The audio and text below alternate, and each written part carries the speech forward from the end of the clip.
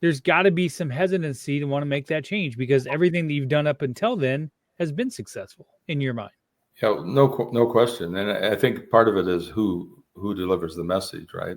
Everybody needs a voice that's going to tell you when you're wrong. And for me, my wife is our associate head coach, so we have some dialogues that most assistants don't. I say this quite often. We'll talk about it, and she disagrees and this and that. We're having a bit of a discussion.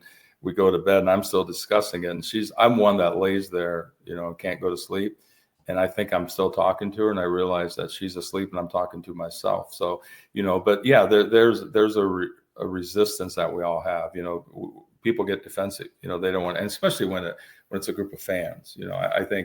I think coaches are smart enough and players smart enough that, number one, if they're on Twitter and reading some of the comments, they're probably crazy to do that. Some of the negative ones, and fans have to realize that if you tweet every day that Coach Campbell should do this, he's probably not taking your advice. So you're just wasting the energy to put it out there. But I do think, with that being said, you have to decide what you want too.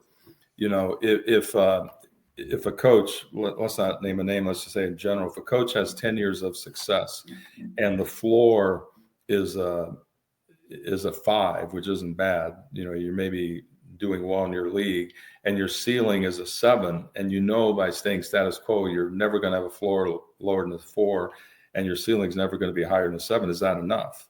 You have to decide, and how you selling that to a recruit when the team you're recruiting against is making a run for a Final Four, or whatever the case might be.